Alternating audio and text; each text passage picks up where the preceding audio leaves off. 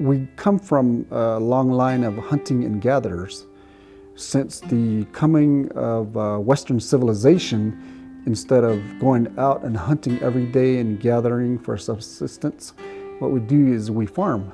We transferred that to farming and to animal husbandry. And to me, that's a natural fit. Also, there's a value-added component to that, which is the traditional methods of raising traditional food,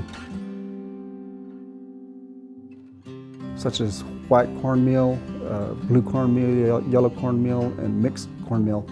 There's stories and there's traditional values to that.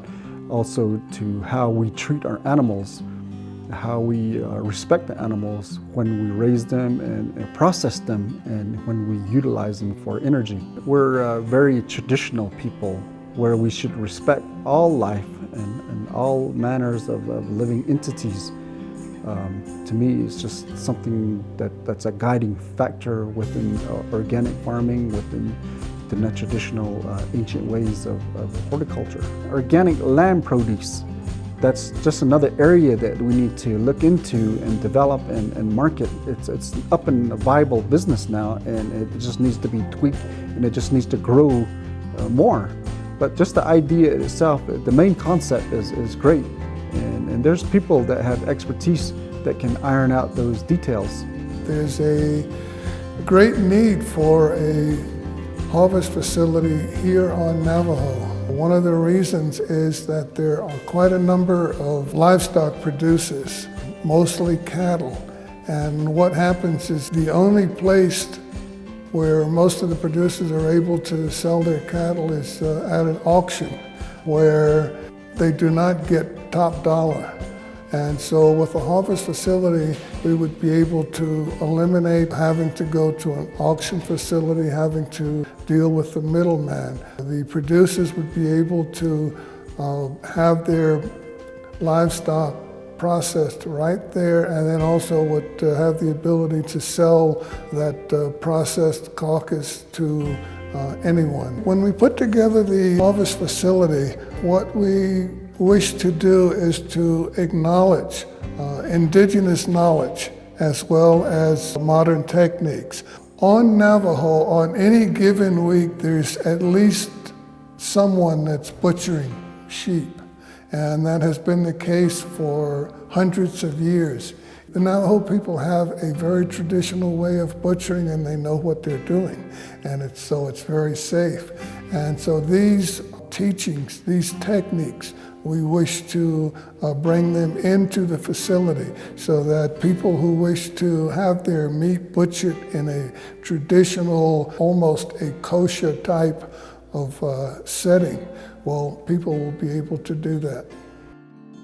Most of the mutton that's sold on the reservation and in nearby supermarkets comes from off-reservation. It's not locally raised mutton, it's not locally raised beef. There's a lot of challenges here. I mean, there's a reason that a harvest facility hasn't gotten off.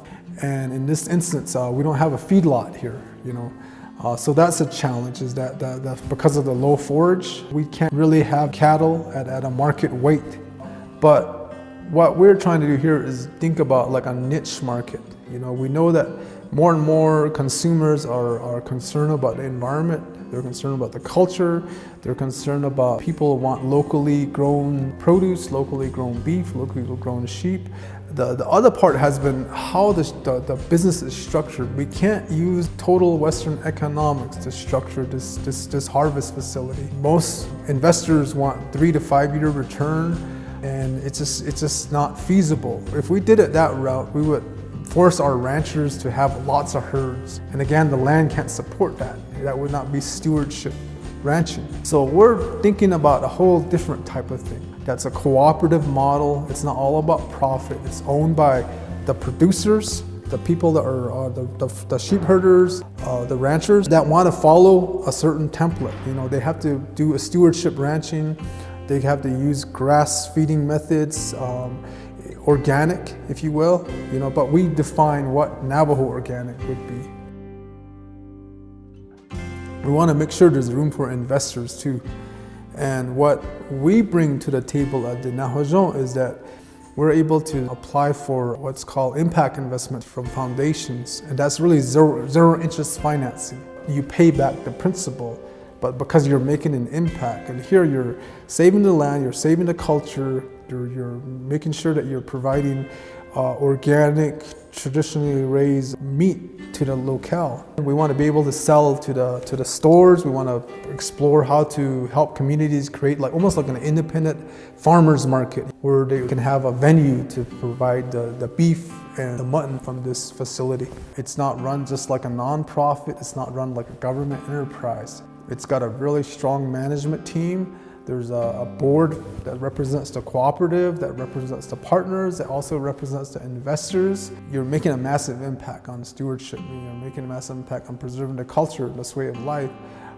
But also you're paying your bills. You're paying your lease, you're paying your financing, you're building a small nest egg in the business. You're selling the meats at all the reservation retailers, to the local restaurants, to the casinos, both lamb, mutton, sheep, beef. That's what success looks like.